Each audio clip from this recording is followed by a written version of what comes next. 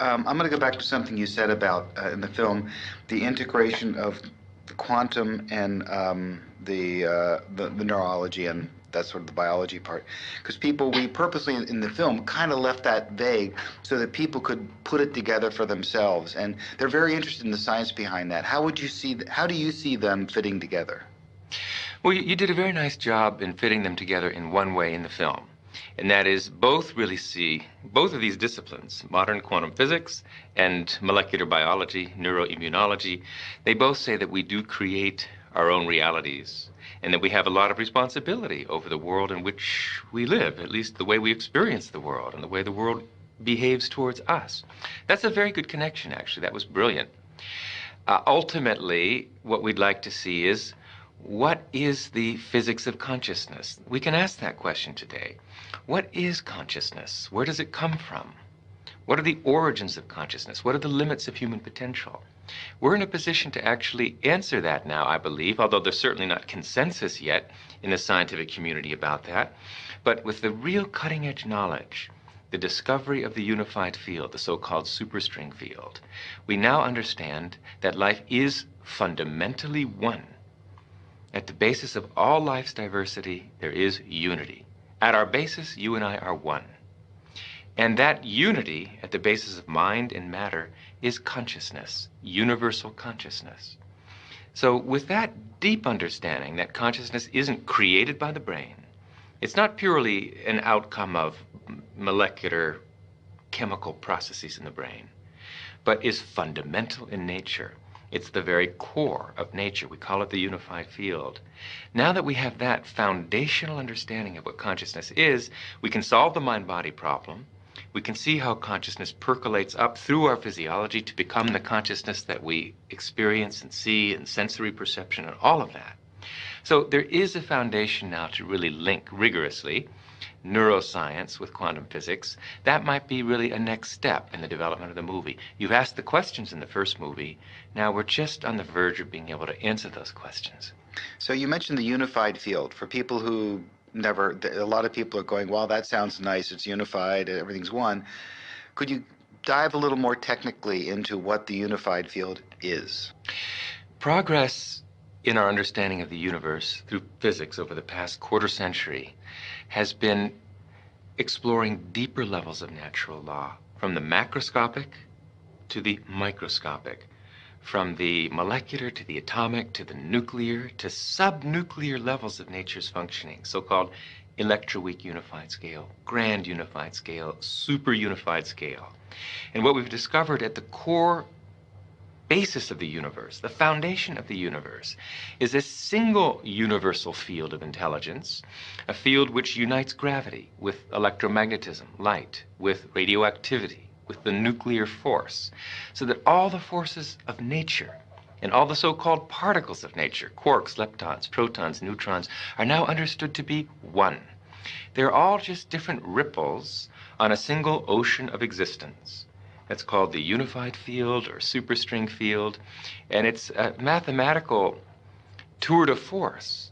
But we have realized Einstein's dream. He dedicated half of his life to discovering this unified field, and now in the context of the superstring, that has been achieved. So unified field theories based on the superstring identify a single universal field of intelligence, an ocean of existence, at the basis of everything, mind and matter. And all the so-called particles of the universe, the forces in our universe, everything in the universe are just ripples on that ocean of existence. That's the unified field. And that field is a non-material field. It is ultimately the field of consciousness. And all our separate consciousness, wherever there's consciousness, is merely consciousness by virtue of the fact that my consciousness, your consciousness, are ultimately that. Everything in the universe is really nothing but that. Planets, trees, people, animals, we're all just waves of vibration of this underlying unified superstring field. We are really united at our core. And ultimately the understanding that's emerging will be that there is only one consciousness in this room. And it is you. And it is me.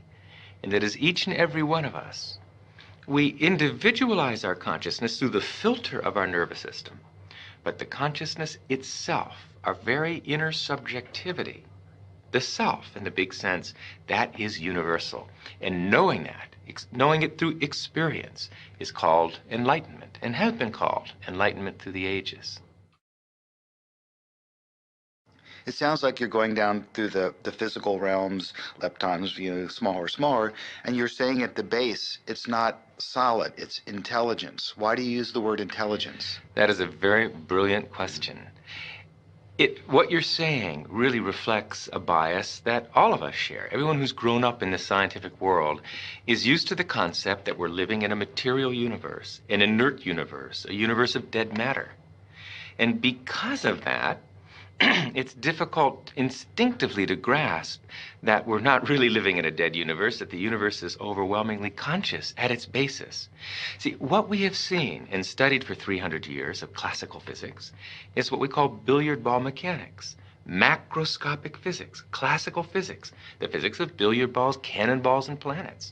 But quantum mechanics, even at the molecular level, let alone atomic, nuclear, subnuclear, in the realm of quantum mechanics, the idea of particle is replaced by the idea of wave function. And what is a wave function? Technically, it's a vector in a linear space. Well, what's a vector in a linear space? What's it made of? What's the substance of nature? Well, a wave function, a vector in a linear space, is made of the same stuff thoughts are made of. We're really living in a thought universe, a conceptual universe. Quantum mechanics is just the play and display of potentiality. So the point I'm making is the deeper you go in the structure of natural law, the less material, the less inert, the less dead the universe is, the more alive, the more conscious the universe becomes. Then when you get to the foundation of the universe, the unified field or superstring field, it's simply a field of pure being, pure intelligence. Intelligence because it's the fountainhead of all the laws of nature, all the fundamental forces, all the fundamental particles, all the laws governing life at every level of the universe have their unified source in the unified field. That makes the unified field the most concentrated field of intelligence in nature. Non-material, dynamic, self-aware intelligence.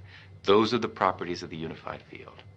Could you also use the term, because I've read this someplace, some people are saying at the bottom, it's also information. Is that kind of similar, or is that another way to describe the same thing? It's very similar. I'd say the quantum world, quantum mechanics, is really the play and display of information, the play and display of potentiality, waves of information, waves of potential electron. And it's important, the word potential. This isn't the world of electrons, it's the world of potential electrons. But when you have to ask the question, waves of what, really? What is the field that is waving? Is it the ocean? No, it's a universal ocean, an ocean of pure potentiality, an ocean of abstract potential existence. We call it the unified field, or superstring field. And that's what we're made of. So, as you said, the tighter physics have tried to grasp onto physical reality, to understand what it's really made of. What are the core building blocks of life at the basis of it all? Life, the universe, slips through your fingers. And you come up with something that's increasingly abstract to come to the realm of pure abstraction. And that's what the unified field is. It's pure abstract potential, pure abstract being, pure abstract self-aware consciousness, which rises in waves of vibration to give rise to the particles, the people, everything we see in the vast universe. That was great. I got awesome. Goosebumps on that one.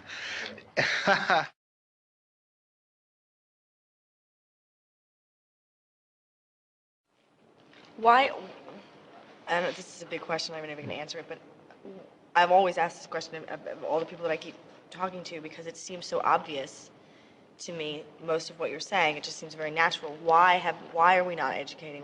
How do we get so, if the Vedics seem to have it right such a long time ago, how did we end up here? You know? Boy, that's a good question. How is knowledge lost? The knowledge of enlightenment can easily be lost. The techniques to experience pure consciousness, unbounded awareness, can easily be lost, not because they're difficult or complicated, but because they're so subtle. Very interesting. In order to transcend, to experience unbounded awareness, consciousness has to settle down completely. Now, if you try and reproduce that experience, you'll never succeed, because trying involves effort, and keeps the awareness active and the comprehension from expanding. That's why a very delicate technique is involved, and personal instruction is involved. It's easy, it's natural, but it's delicate. And it's easy to lose it, and I'm afraid it has been lost completely. It's being revitalized again and again throughout history. Of course, Maharshi's own life is dedicated to teaching as many people as possible how to transcend and regain that experience. But unfortunately, we have a society with a certain momentum. We have generations of teachers who've gone to teachers' education, or members of teachers' unions that don't always support educational innovation. So it may take a generation, unfortunately, it may take a generation. Now that simple techniques, universal, non-sectarian, scientifically verified techniques exist to gain enlightenment, it still may take a generation before these life-saving technologies to develop consciousness are reintroduced into education. You said non-sectarian. Does that mean like non-religious? Is that what you mean by that? The experience of pure consciousness really transcends any one religion or any one philosophy. It's as scientific as it is religious. It is, after all, a state of functioning of the brain, maximally expanded comprehension. It's the direct subjective experience of the scientifically discovered unified field of all the laws of nature. Is that religious? Perhaps, but it's scientific too. So there's no reason that it should be disbarred from education. Otherwise, we're going to get the same old result. 5% development of our mental potential, another generation of war and terrorism and human cruelty. And that'll go on forever until the experience of life's essential unity is bestowed and the brain is properly developed.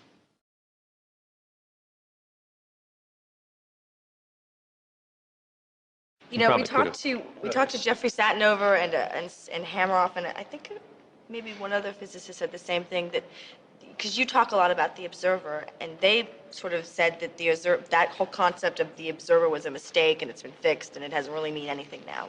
What about that? It's true. There's a deeper level of perspective in which the observer does not yet exist, not separate from the observed. The reality of life today is all unity, unified field which unites observer and observed in one indivisible wholeness. Scientifically, we call it quantum measurement theory, and the ultimate inseparability of the observer from the observed. In the language and science of consciousness, we call it the unity of knower and known in the indivisible structure of pure knowledge, the experience of oneself, the Atman. And what is the self? The self, consciousness, our very subjectivity, is that one thing in our life that has never changed. Intangible though it may be, and very difficult to put your finger on, it's that one aspect of our experience that has been with us since childhood. Although our beliefs have changed, our friends have changed, our bodies have changed, typically for the worse, that one thing that gives that continuity to our experience day by day, that's our consciousness. It's our subjectivity. It's the Atman, the self. And that self, which is the same for you as for me, ultimately, is this unified field discovered by science, which is essentially the creator of the universe. That is our authority. That's our dignity. If we only knew ourself and how precious it was, we would rush to experience higher states of consciousness, where that experience of our unbounded subjectivity is never lost, even during the depths of sleep. I still don't understand. That's okay. I still don't understand. Can I have you rephrase the question? Yeah, again? it's good. It wasn't a very What clear I answer. don't understand. Rephrase. I'm just telling you. What I don't understand is that some people over here, some of the scientists said the observer is not part of the equation anymore. Right. And yet, people like you are saying that focused intent affects matter. Right. I want to understand those two disparate views. Okay. Yeah, what he said. There are different truths because our universe is hierarchically structured in layers. The atomic has its own truth. The nuclear world has its own completely different truth. And they're both valid. They're both self-consistent. So there's the truth of diversity, where observer and observed are separately identifiable systems, and there's the deeper truth of unity, in which there is no separation between the observer and the observed. So we can talk about life at all levels. Each level is valid, but the deepest level in this scientific age is the level of unity. What has to be very clear about this is a concept most people don't get quite. It's very important. You can drag me across the floor by my arm. You can drag me across the floor by my atoms, or by my nuclei, or by my cells. It all has the same effect. I get dragged across the floor. These are simply different levels of the description of the one reality that is me. So it's legitimate for us to talk about a world of diversity. We see such a world, after all. But it's even more legitimate for us also to talk about the world of unity, the ultimate scientific truth of life. So we get tripped up in semantics if we say that unity alone exists, but there's no such thing as diversity, or that diversity alone exists, there's no such thing as unity. They're both true. They're just different levels of description of the same reality. So, you know, you talk about me and you are one, but we're also separate. Those are just different levels. Different levels. On the physical level, you and I are separate. You're much better looking than I am, more attractive in virtually every way. But at deeper levels, we have a common source. And that is the unified field, the scientifically discovered unified field. That is the source of you and the source of me, the source of gravity, the source of electromagnetism, the source of quarks, the source of leptons. Everything in the universe is a common source. So if we look at things at the deepest possible level, we ultimately discover one unified universal reality, of which you're a wave, of which I am a wave. We're all just the different vibrational frequencies, the natural reverberant frequencies of this one universal unified field. Our whole universe is just a symphony. The various, harmonics and fundamentals and overtones of one universal field, one universal ocean of consciousness in motion. So let me ask this. I'm just trying to understand all this stuff. So does that place come from the Planck scale, or is it? Yes. Wow, really? Yes. I totally understand it for the first time. Oh my God, I'm so excited. The Planck scale is that small distance scale, 10 million times smaller than the atomic nucleus, where all the forces come together, where all the particles come together as one, where you and I come together as one reality, where distance, where causality no longer exist, and there's one unified, indivisible wholeness, which is the unity of consciousness, the unified field of all the laws of nature.